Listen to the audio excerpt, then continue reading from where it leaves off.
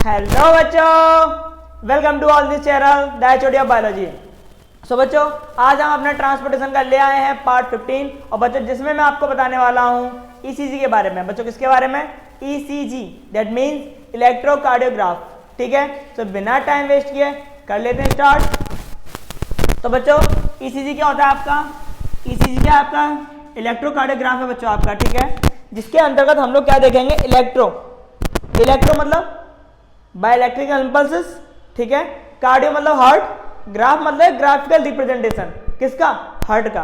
बच्चों जो हमारा हार्ट बीट करता है, ठीक है, आपने एक मशीन देखी होगी हॉस्पिटल्स में, जब भी आप जाते हो तो उसमें एक लाइनिंग बनी होती है इस तरीके से, ऐसे करके पी पी करके चलती है, पी पी पी आवाज भी करती है, वो साउंड भी प्रूव करती है। ठीक है, तो वो आपका ग्राफिकल रिप्रेजेंटेशन ही आपको इंडिकेट कर रही होती है ना, जिसमें अगर लाइनिंग अगर आपकी एक दूसरे के सेम आ रही है दैट मीन्स हार्ट आपका प्रॉपर वर्क कर रहा है। अगर आपकी लाइनिंग अगर इंटरप्शन आ रहा है, उनमें प्रॉपर लाइनिंग नहीं आ रही है, मतलब हार्ट का आपका कोई ना कोई पोर्शन जो है वो अफेक्टेड है। ठीक है, या फिर अगर एकदम लाइन जैसे चलिए आपकी ऐसे करके ऐसे करती हुई पी सीधे सीधे, ठीक है, दैट मीन्स पर्सन जा चुका है।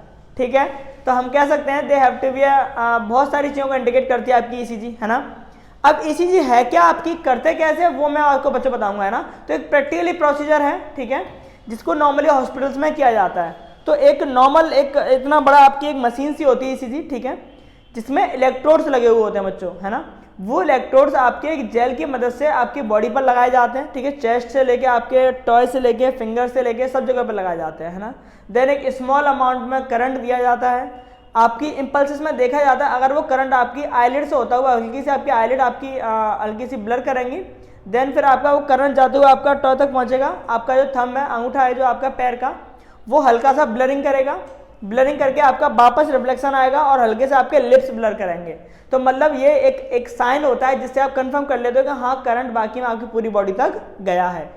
उसके बाद उसमें क्या बनता है बच्चों? ग्राफ बनता है, ग्राफिकल रिप्रेजेंटेशन बन के बाहर आता है, जिसको देख के हम लोग पता कर लेते हैं कि हमारा हार्ट प्रॉपर काम कर रहा है या नहीं कर रहा है। ठीक है बच्चों, तो देखो, तो अगर हम लोग ईसीजी की बात करें बच्चों, तो इज एन इंस्ट्रूमेंट, क्या है ये? एक इंस्ट्रूमेंट है, ठीक है, जिसका हम लोग यूज करते हैं बच्चों। क्या करते हैं? यूज करते हैं किस चीज में? Use to record electrical impulses. बच्चों क्या रिकॉर्ड करने में?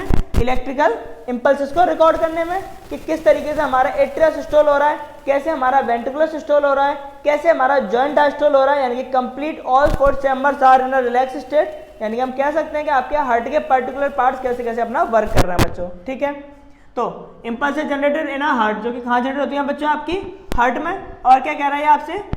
It is the ECG. बच्चों ये क्या है आपकी? ईसीजी क्या होती है आपकी? It is the ECG machine is used to which electrodes are attach, जिसमें हम लोग यूज करने के लिए इसमें क्या अटैच करते हैं बच्चों? इलेक्ट्रोड।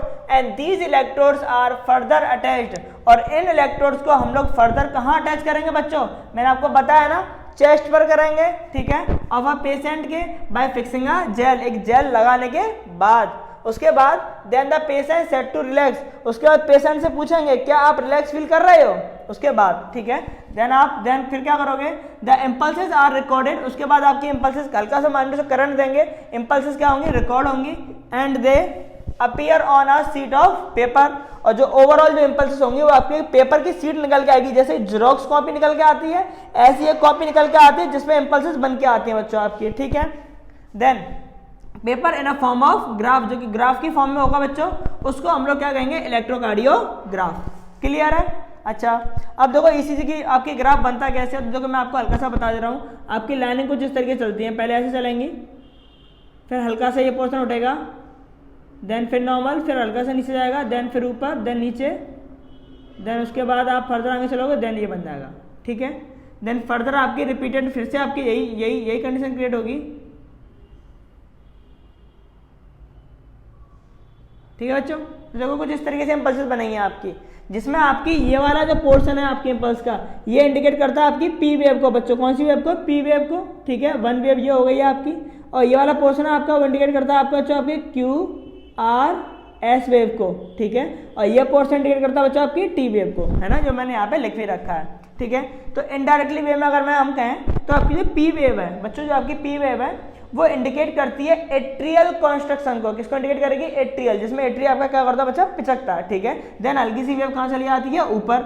लेकिन और जो आपकी आपकी जो QRS वेव है बच्चों, QRS जो QRS वेव है वो बच्चों रिप्रेजेंट करती है वेंट्रिकुलर डिपोलराइजेशन, यानी कि आपकी P वेव इंडिकेट करती है एट्रियल डिपोलराइजेशन को, एट्रिया का पिचकना। QRS वेव इंडिकेट करती है वेंट्रिकुलर डिपोलराइजेशन को, वेंट्रिकल्स का पिचकना, जिसके से रेज एकदम ऊपर चली जाती हैं। और देन T वेव बच्चों आपकी इंडिकेट करती है द जॉइंट डायस्टल को, जिसमें all 4 chambers are in relax state में रहते हैं। बच्चों इन डिटेल में इसको और अच्छे से डिटेल में बच्चों आप अगर 12th में पढ़ोगे, ठीक है, अभी के लिए आपके लिए सफिशिएंट है इतना, है ना। तो हमारे पास 3 वेव्स होती हैं, P वेव, QRS वेव और T wave. P wave have to be measuring to responsible for the atrial depolarization. आपकी QRS वेव जो है आपकी रिस्पॉन्सिबल है वेंट्रिकुलर डिपोलराइजेशन के लिए। T वेव आपकी रिस्पॉन्सिबल है बच्चों जॉइंट डायस्टोल के लिए, ठीक है।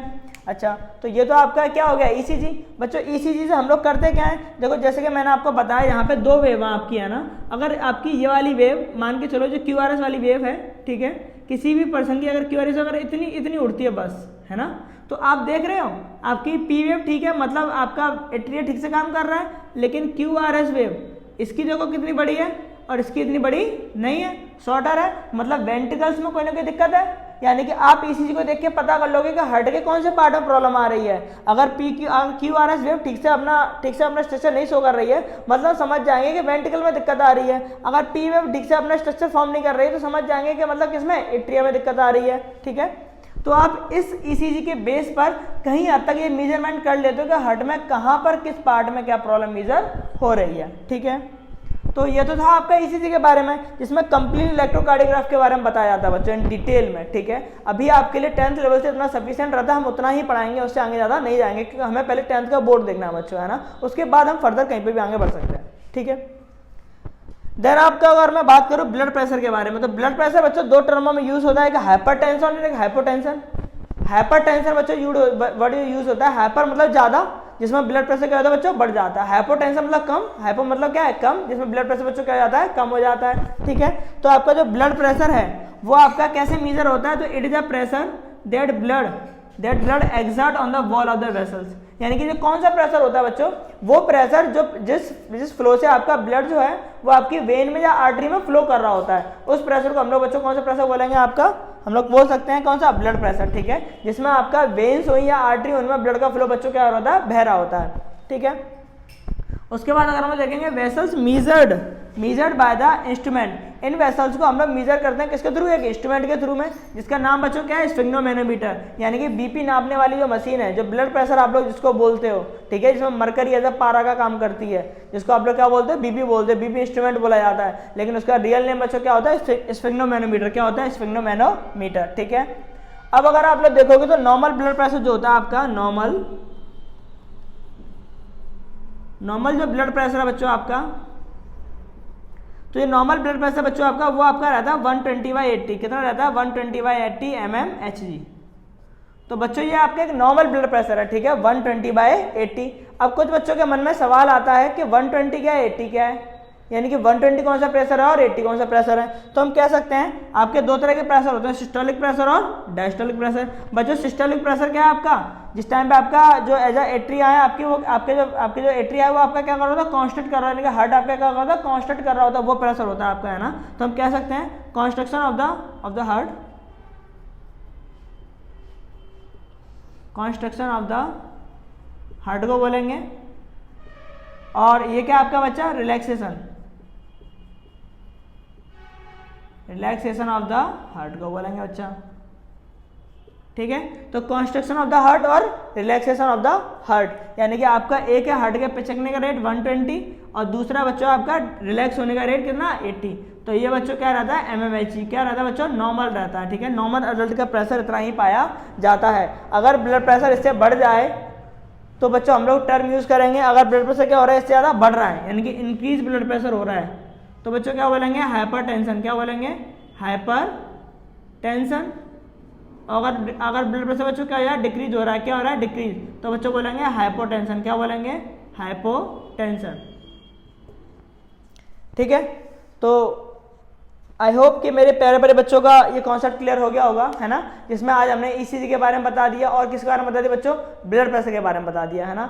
इसके बाद हमारा हल्का सा लिम्फेटिक सिस्टम के रिगार्डिंग में आपको एक इन्फॉर्म कर दे रहा हूँ। देखो लिम्फेटिक सिस्टम होता क्या आपका, एज इट इज हम कह सकते हैं एज ए लिम्फेटिक सिस्टम आपका वर्क करता है बच्चों इंटरनल ऑर्गन्स को ब्लड सप्लाई कराने के लिए, ठीक है। यानी कि हम कह सकते हैं अगर आपको ऑर्गन्स के एक्सटर्नल बॉडी पे सप्लाई देनी है तो हमारा सर्कुलेटरी सिस्टम बच्चों काम करता है, जिसके अंदर हमारी जो भी आपकी आर्टरी हैं, वेन है, कैपिलरीज आती हैं और वो वर्क करती हैं। लेकिन बच्चों हमें पता है कि जो आपके हॉलो ऑर्गन्स हैं, जितने भी हॉलो ऑर्गन्स हैं आपकी बॉडी में, जिनके अंदर स्पेस है, वो उनके अंदर स्पेस में मतलब कोई ना कोई काम जरूर कर रहे होते हैं। जैसे हार्ट हो गया, हॉलो ऑर्गन के अंदर ब्लड का पंप कर रहा है, अंदर किडनी हो गई आपकी। लेकिन इन हॉलो ऑर्गन्स में अब सबसे बड़ी प्रॉब्लम यह है कि भैया हॉलो ऑर्गन तो है, ठीक है, समझ में आ गया, लेकिन भैया इंटरनल सप्लाई भी तो चाहिए ऑक्सीजन की, क्योंकि इंटरनल सप्लाई नहीं पहुंचेगी तो बच्चों नेक्रोसिस यानी कि सेल का डेड होना बच्चों क्या हो जाएगा, चालू हो जाएगा। तो उससे प्रिवेंट करने के लिए कैसे कुछ ना कुछ तो करना पड़ेगा, तो ब्लड सप्लाई देनी पड़ेगी। तो हम कह सकते हैं कि इंटरनल ऑर्गन्स को ब्लड सप्लाई देने का जो ठेका होता है वो किसके पास होता है, लिम्फेटिक सिस्टम के पास होता है बच्चों, क्योंकि इसकी जो वेसल्स होती हैं वो बहुत ज़्यादा नैरो होती हैं और वो ईजिली किसी भी ऑर्गन्स की दीवारों में अपने आप को सिचुएट कर लेती हैं और आसानी से वहाँ पे क्या देती हैं बच्चों, ऑक्सीजन सप्लाई देती रहती हैं, ग्लूकोज टूटता और एनर्जी प्रोवाइड कराती रहती हैं। तो लिम्फेटिक सिस्टम हमारा कुछ इस तरीके से काम करता है बच्चों, है ना। नेक्स्ट पार्ट में हम लोग सोच सकते हैं हमारा नेक्स्ट पार्ट इसका जो ट्रांसपोर्टेशन का लास्ट पार्ट हो, जिसमें हम लोग बच्चों ट्रांसपोर्टेशन के बारे में पढ़ाएंगे, ठीक है। तो मेरे आज के क्वेश्चन हैं कुछ जो कि आपको कमेंट सेक्शन में बच्चों बताने हैं। तो आज के क्वेश्चन ये है कि आप मुझे बताइए कि हार्ट के ऊपर जो वॉल पाई जाती है बच्चों उसका नाम क्या है, कमेंट सेक्शन में बताइए। हार्ट के ऊपर जो वॉल पाई जाती है जो कि उसको प्रोटेक्ट करती है बच्चों उसका नाम क्या है। सेकंड क्वेश्चन है बच्चों आपका कि ईसीजी की फुल फॉर्म क्या है, आप कमेंट सेक्शन में बताइए ईसीजी की फुल फॉर्म क्या है। सो आज के लिए काफ़ी है, थैंक यू सो मच।